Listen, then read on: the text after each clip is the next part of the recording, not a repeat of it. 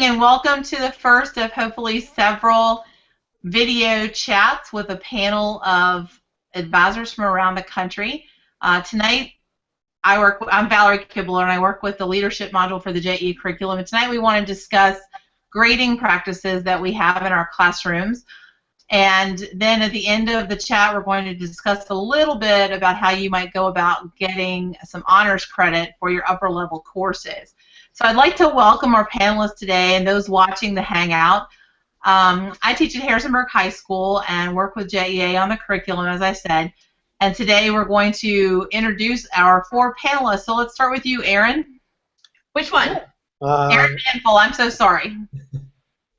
Hi, I'm Aaron Manful. I am from St. Charles, Missouri in St. Louis, and this is my 18th year of advising, and I advise the newspaper there and the online sites that the students put out, as well as the broadcast program.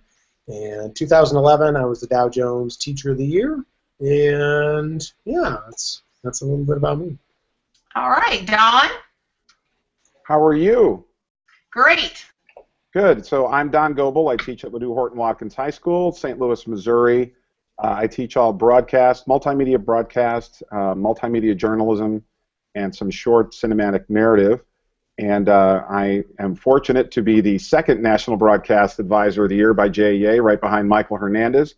And I'm excited to share some of his material, too, tonight on grading. Super. Thank you so much for joining us. And our other Aaron Harris. Hello, I'm Erin Harris, and I teach at Thomas Jefferson High School for Science and Technology in Alexandria, Virginia. I do the yearbook, the newspaper, and the online newspaper, with a little smidgen of broadcast thrown in there online for good measure. I've been advising for 10 years. This is my 10-year anniversary, very exciting. And I was a Rising Star in 2010 and a Special Recognition Advisor for Yearbook in 2013. All right, and finally joining us from Norfolk, Virginia, Judy Davis. Hi, I'm Judy Davis. I teach at Norfolk Collegiate School, which is a K-12 independent school. Like Aaron, this is my 10th year advising, and over that 10 years I've done newspaper, online, and literary magazine.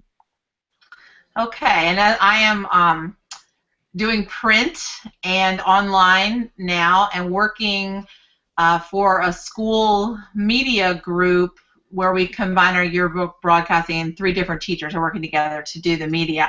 So I'm always fascinated when I go to conferences, conventions, workshops about how the topic of grading is just such a frustration for teachers. And so tonight I wanted you guys to help out a little bit by giving some tips. But I thought we might discuss first what struggles that you have faced in trying to determine what you feel is a fair way to assess your students. And I want you to, as you answer that question, keep in mind both first-year journalism students, if you have that program separate, or what we find a lot of advisors are facing around the country now, having levels 1 through 4 in the same classroom. So let's start with Aaron Manful. Man, grading's so tough because I think it's so personal to everybody, and I think I struggled for a long time trying to find what worked for me, and what I realized was I needed to take a look at what a lot of other people were doing, and then adapt for myself for what I could feel comfortable talking with a parent about, as well as talking with a student about, and so I think that took me a long time to figure out. And what I ended up doing was basing the vast majority of what I'm doing on deadlines. And so because we have, in newspaper, for instance, there's a mix of freshmen who have been in high school for 6 months and it's their first semester on staff, and then you have upper level seniors and it's their 7th semester on staff or something like that, and they should know a little bit more than the rookies coming in. And so what we try to do is, or what I try to do, I guess, is have I work with my editors, and we have a baseline standard for what's acceptable, such as simple things like it needs to be spell checked, and grammar needs to, the I's need to be capitalized, and there's a number of sources, and usually there are word counts for specific stories in the newspaper and stuff like that. And the students who go out, if they hit those targets comes in, and then we work with them all. And so everything that we do is really more deadline-based rather than trying to go through and mark an A, B, or C, because you're not ever comparing apples to apples. If you get a kid who's working on ads and writing, and somebody else who's designing and copy editing, and somebody else who's writing 2 stories, it's really tough to do that. And I think the other point real quick is it would just be an incredible mountain of paperwork to go in and give letter grades to absolutely everything that is coming through the door all the time. And there'd probably be like 5 million points given in any month. That's exactly right. And frustration I hear so often, there are teachers out there who are trying to read and grade every single draft of every single thing that happens. And we have to, it's hard, but we have to learn to let go of that model. All right, Don. Well, I have a lot of, I've got a lot of opinion on grades. I don't really like grading. I'll kind of throw it out there. I really don't think, I don't think kids will learn the process of making a video or creating media by point grabbing. And really, I get a lot of that, but I take that elephant and I put it right in the room, and I talk to my kids about that. And so much like Aaron, we work on deadlines, and much like what he said, we have a baseline of standards and tasks that I like them to know: wide, medium, and tight. We talk about natural sound. We talk about some basics of interviewing. So we cover some of those basics, and I ask them to practice those, and then then we go on a deadline and turn something in that they're proud of. One thing I do differently in order to hit that deadline on the first level of students is that I believe creating a video is a process, and they won't get it right the first time, and they won't get it right the 3rd or 4th time, but they'll improve each time. And so I do allow students to revise their work throughout the semester on their own time. So there's really no excuse ever to not make a deadline. So if they miss a deadline, they're trying really hard not to do well in my class. But they can't just turn in anything. I mean, they have to turn in the baseline standards that we set forth at the very beginning. But then I'd like them to continue to work. And so I try to get rid of that point-grabbing mentality. And then on the flip side, on my advanced class, I tell the kids they all start out with 100%, 100 points, 1,000,000 points, however many they want. Because, again, like Aaron, those are kids that have been in the program for multiple semesters, and they should be doing a lot. And they do want to be doing a lot. And what I found by removing some of the point accountability, they end up doing a lot more, because how can I grade a student who's doing 3 projects in a month, give them the same valuation as a student who's only doing 1? And so I basically tell them they all start at 100 and they'll move backwards from there. And it's all then based upon critiquing work. But as you guys all know, with media, especially with video, it can be very subjective. And so it's hard to find those objective pieces. We do identify those, but then I really try to get away from the whole grading system and encourage more process and product and working through that, going through that route. And like you, ironically, that I'm doing this chat in the first place, I am a proponent in the journalism world of almost eliminating grades, because I think when these kids are doing it for the right reason, the grade is the last thing they're thinking about, and I hate that whole idea of point grubbing too. All right, Erin Harris, on to you. Yeah, I feel really the same way as everybody else. For me, it's mostly about revision, and as long as they're willing to revise again and again and again until they hit the standard that we're looking for, then they're going to get an A, and that's just the way it is. I often also tell them that it's never done, it's just due. So you can revise and revise and revise and revise, but at some point it's due, it's done. We have to go to print. And so, when we hit that point, as long as they've done the very best they could through revision, that's all I can ask. And the other thing that's really important to me, and I think gets the kids to stop thinking about grades, is the idea of teamwork. And really embracing and loving the product. So when I get the kids to the point where they're working for the sake of making the best yearbook that we can, or the best news magazine, we just switched to news magazine, very exciting. So the best news mag that we can, or the best multimedia up on the website, or the best articles on the website that we can in the timeliest manner. If they're embracing and loving the product, then they're not going to care about grades. They're going to come in during lunch and during, after school times and do what they need to do, and then grades become totally irrelevant. But, you have to start by getting them to buy into that. But once they're hooked, and, it's not a big deal. It's just, having the kids buy in that can be sometimes the difficulty. Okay, great. Judy. Well, I'm one of those people who has the 4 levels in one room, and because we're a small school, we have usually a pretty small number of kids. Over the 10 years I've advised, I've had anywhere from 3 kids my very first year to up to 18 or 19. So what we finally came up with was designing a rubric for participation that the kids actually helped design. So a big chunk of their grade was based on participation, and they helped describe what that should look like for one of the J1s as opposed to a J3 or 4. So leadership and all of that factored in depending on the level that the student was in terms of classes. But then we also had a rubric. We grade on a 100-point scale. So I couldn't give an A, a B, a C. I had to actually give discrete number grades for the course. So we came up with a second rubric for final product grades after they had been through multiple revisions on the stories. As Erin said, at some point you have to go to press. And at that point we had kind of a student-designed rubric that said, okay, stories that get between a 92 and a 100 have these characteristics. And again, we scaled it a little bit for the Journalism 1 students versus the Journalism 4 students. But that was really the only way that I could wrap my head around 18 kids at 4 levels doing 18 different things. If I could jump in for just 1 second on that, I actually had an issue last year where I had to develop a rubric for every print issue of the paper because the team buy-in wasn't really happening. And my editors-in-chief and I also sat down and came up with the point grabbing, Don, that you were talking about just resonated with me intensely, and it hurt my heart.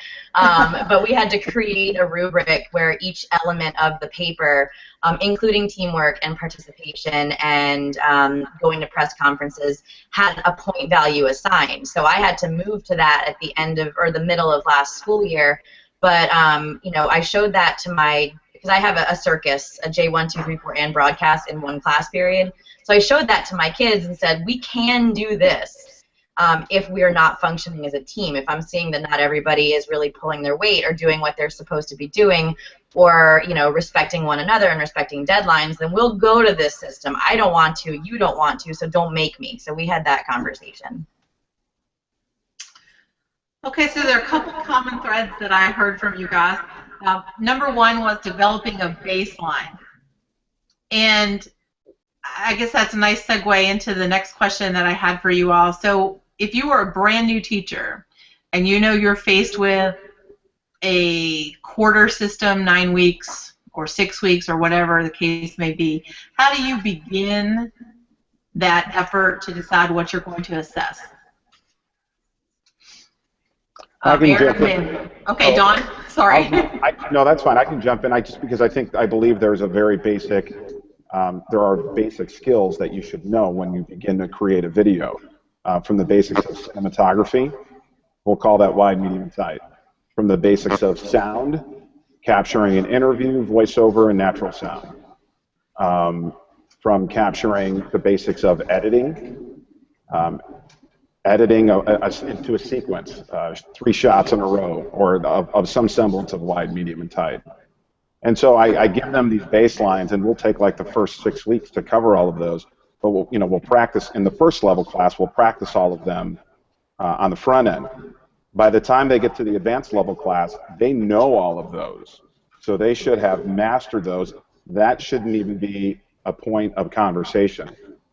We may find that there's a certain area we want to focus on, whether it be maybe lighting or an advanced editing technique, and we'll talk about those. But from a mastery level, on the advanced level group, it's about producing on a regular basis, not only videos, maintaining their online presence with their website, and making sure that the production of our television show, much like Erin talked about, with teamwork.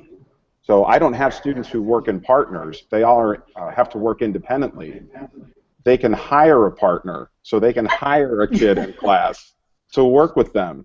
So they're all responsible, but then they know, so there's that excuse of, well, Johnny wasn't available Tuesday night to help me film, or Mary, backed out on Saturday. It's like, okay, well, you hired that person. I didn't assign you them. So just understanding that at the different levels of knowledge that we can master those. So from an intro level, I take the very basics of what a video production should look like.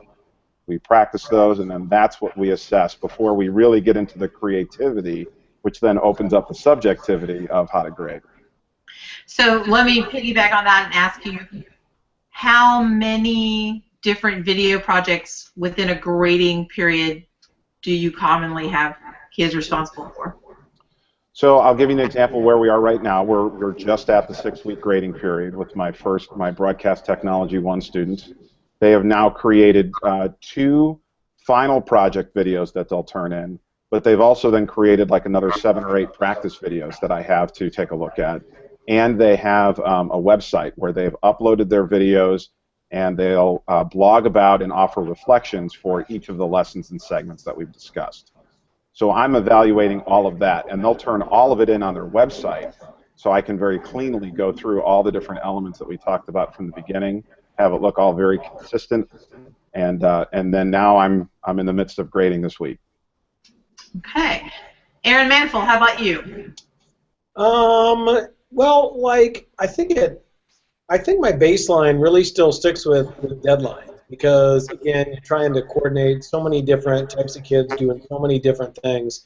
And when I started off grading, I had the same philosophy, but my scoring guide at the end of the month looked a lot different. Right now, I take really more of a holistic look at things, which again are very heavily based off deadlines. And early on, when I was a young teacher, that I didn't understand like the holistic thing or being able to balance like where people should fall. And so I started at both, and I've been at 2 different schools. I didn't understand the grading thing, but also I was trying to get kids to buy into the philosophy that I was kind of wanting to bring into the room and everything, which was very much deadline driven, which was different than what they had kind of been used to. And so they started off each month with 350 points, and I gave them a sheet with all the different deadlines. The big ones that I expected, there were like maybe 15 on there for each of them, and they found out how many points they missed each day one of those deadlines were off. And so obviously a story coming in a day late would be many more points than off than if their interview sources came in one day late rather than on time. So yeah, it was all still kind of deadline based, but we looked much more at the point system early on, because I think kids understood that, and that helped them buy into the deadline thing, which really does run everything, I think. I mean, if they don't understand the deadlines for newspaper or web, then you can't help them with making their writing better or making their designs better, because you're always trying to get stuff in, and backing up deadlines is just kind of a nightmare.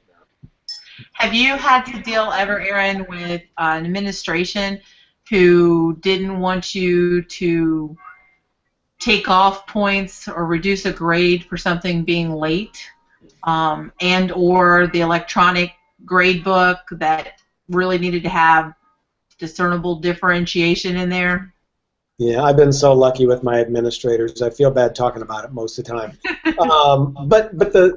So I haven't had any issues with those per se, but what I can say is if a kid's not getting a good grade in my class, it's much easier for me to be able to justify to a parent that they're getting a C, and I show them the deadlines that they've missed, rather than trying to talk to a parent that this is a C story rather than an A story. And I mean, is it? Maybe it's the B story. I don't know. So I feel much more comfortable talking with kids and parents on deadlines, because they all understand that, oh, that's why it is. It's not that you don't like my kid's style of writing. It's they were a week late on something. And the students coming in my class, where guidance is really good about letting the students know these are deadline-driven classes, and everything runs on that, and you need to hit the deadlines if you're going to be in there. And if I do have some special cases with students, and they need to have extended time or on a different plan, then they're almost like in with me on independent study on a different plan. And if they want to hit the deadlines and make it with everybody else, they can. Well, I just work with them individually, I guess. Okay, great. Yeah, and I think that's something probably a lot of us do too, the individual aspect of it. When those expectations are laid out for kids in advance, parents have well, Susie got this and Johnny got this. Why didn't my kid get this? Well, here's what we expected of your child, and they either went past the achievement, or they made the achievement, or they fell short. All right, Erin Harris. Yeah, well, I think that for me it's a lot like Erin Manful with the deadlines and the willingness to revise. But we just went online with our grade books, so now parents and students can see everything, and we are technically required to have one grade per week in the grade book to reflect the progress the students have made. And so the easy way that I've kind of found to handle that is my students are required to meet an online article requirement once a week, whether it's live tweeting an event or posting a news article or posting a photo gallery or doing a storify. So long as they do one thing a week for the web, then they're going to have that one grade a week. And then it really is just based on deadlines. If they meet the deadline, then they get the full credit. And then what I do at the end of every grading period is a lot like Don, where I have them do a press folio of their work. And they'll do, one sports article, one news article, one feature article, and then that's where I go and work with them and give them feedback on, individual in-depth feedback on the content. So that's kind of how I handle the grading monster and having grade books online and all that kind of fun stuff. And then the print stuff is really, again, based on the teamwork and that baseline of working together as a team and working towards a common goal.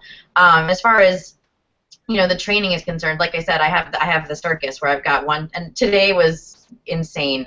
The 1, 2, 3, 4 in the broadcast. My broadcast girls were trying to figure out some new microphone equipment that I just bought that I don't know how to use, and then I was trying to train the J1s on news writing because they were working on their first drafts of news articles and leads, and they were saying that sources exclaimed things, and it was just So I was trying to be in 3 places at once. So that's what makes the whole concept of making grades deadline focused a lot easier, even when you're training the new kids, because when I needed to get ready to go to this press conference with my EICs, I said, okay, J1s, real world scenario, here are your drafts. You have until the end of the class period to revise them. Go. And so that's what they'll get feedback and a grade on Friday is, did they meet that deadline? And then we'll talk collectively as a group about the strengths and weaknesses and what they need to work on, rather than, me marking it up and doing a rubric. So, because the feedback is valuable for everybody. So it's a big time juggling act, the grading and the having the 3-ring circus, but, it's fun. It's exciting. 2 things that Erin just said that I really want to point out. Number 1, Fairfax County, Virginia, one of the biggest systems in the country, just now went to online grades. It amazes me. And then I hear a lot of people complain about that 1 through 4 in the same room. And I've really started to look at that as almost a blessing and a godsend, because those older kids are really learning to collaborate with the younger ones, and it has become a fabulous teaching tool. They take a lot more responsibility for it. Even if like a second year is helping somebody, if you can turn and say, so-and-so, can you help that person learn Photoshop right now while this person is learning, like Erin said, how to do a lead. I just think it's a beautiful thing. It is like a circus, but we become those 3-ring leaders. All right, Judy, can you hear? I can. Can you hear me? Yes, ma'am. I'm sorry. We're having a little bit of a storm here, and I think that's interrupting a bit. Val, to piggyback off of what you just said about having all the groups in one room, I think one of the important learning experiences for the advanced kids is to have that opportunity to mentor the younger writers or photographers or layout designers or whatever the role is that the J1 is filling, depending on the time of the year it is. Another thing, though, that I have tried that worked pretty well in terms of the issue participation in general is to actually have the students grade themselves when it comes to their issue participation. And often, again, it's a rubric we design together, but often I've been surprised at how the students give themselves a lower grade for their participation on the issue than what I would have given them. They tend to be quite hard on themselves, and that bit of self-reflection, I think, can be really an important part of their growth process as well. And that's a great segue to the next question. What are some good alternative assessments that you guys have developed over the years that aren't the traditional grading a story or current events quizzes or things like that? So anybody wants to jump in with an answer to that? Well, if I can follow up with what Judy said, you know, I've also given students an opportunity to grade themselves. Although the very first time they do grade themselves, I haven't found that they grade themselves harder. It's always very, oh, my A for effort. I gave a fabulous effort and I should get full points. And regardless for skipping the 10 steps you talked about, you know, I spent 15 minutes after school on this. So, but it leads to a great conversation, because then when we talk about the expectations, what I have found is that every time after that, they slowly become a little more serious and reflective, and that about the third time we end up, I allow them to grade themselves, they're hitting it on the mark, and then eventually maybe they start grading themselves even too harshly, looking at things differently than I would, expecting me to hold them to a different standard. So I think it's a wonderful process to allow your kids to grade themselves, but you know, maybe expect that they, you know, a couple different layers of how they may come at you with what their evaluation of themselves may be. Okay, others, alternative assessments? One alternative assessment that I think has worked really well for us over the last several years is actually related to student press law, where instead of my leading the kids to videos or my presenting to the kids on you know, Tinker or Hazelwood or other significant cases, depending on how many kids in the class, I actually have a grab bag of cases, and each child selects a bag or a card out of the bag, one for the J1s that are the more basic fundamental cases that'll be easy for them to find, and one for the 2s, 3s, and 4s that might take a little bit more searching. And they actually have to develop some sort of multimedia presentation to teach their case to the rest of the class. And that has worked out really well for us. Again, I've been lucky with that particular assessment because very often they go into more detail and do a lot more with the case than maybe what I would have done if I had had to prep a whole range of cases by myself and teach them in a more student-centered way. Judy, what's your timeline for that? So how do you fit that into the production process with online and print? What I've always done is kind of staggered the production, because we have to publish the J1s as you do. So when the J1s were kind of being front-ended in writing their stories, they always start a little bit before the more advanced kids in terms of the assignment process, but then the advanced kids actually work faster and get their things done more quickly. So that whole assessment, that whole project probably is just a couple-week project depending on the size of the class, and it's their filler activity. If you're waiting to do a final review with the section editor or with me, you're working on your case presentation, and there's a deadline for when the case presentations are due, but it's over a couple-week period so that people are, as somebody said before, it's a bit of a circus. People are researching, interviewing, writing, editing, and working on the case presentation. And then once an issue's gone out, usually we have like that breather week where that's when the presentations take place. Thanks. Okay, any other alternative assessments you guys want to discuss? All right, super. I wanted to wind up this evening with talking about a problem that I think a lot of teachers face around the country, and that's losing students in our programs because of culture of kids scrambling for trying to get the top GPAs. They're point grubbing in their GPAs as well. Not all of our kids are like that, but a lot of them, and to get there they know they have to have as many AP and honors courses as possible. So, Mr. Mantle, I know that you have honors credit in your program, and I have it in mine too. What did you do to get that honors credit in your program, and how do you differentiate the kids who are getting honors credit? I asked for it for 7 years, and I think they finally got sick of me bugging them. No, I did. I asked for it for a long time, and finally I was realizing, I was like, okay, well, obviously my pitch is not working, and so I started looking, which I should have done much earlier. And maybe they just came on board within the year or two before I finally got it in, but band and choir were getting honors credits, the talented and gifted students in the high school were getting honors credit for what they were doing.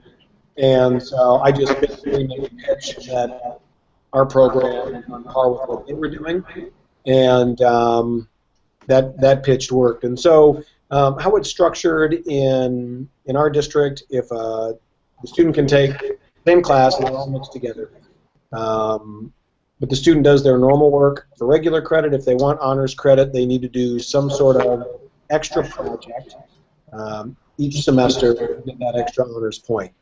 So for some, it might be learning a new skill they haven't learned before. And for some they all pitch ideas.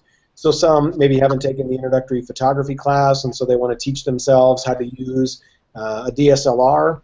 Others want to make a portfolio website. Some want to write a big narrative that they haven't had time to do. Some actually go and help teach at the middle and elementary schools and work with the journalism programs there. So it's a wide range of things they can do. It's a matter of them pitching the idea, having some sort of publishable product to go along with it, and following through on the execution.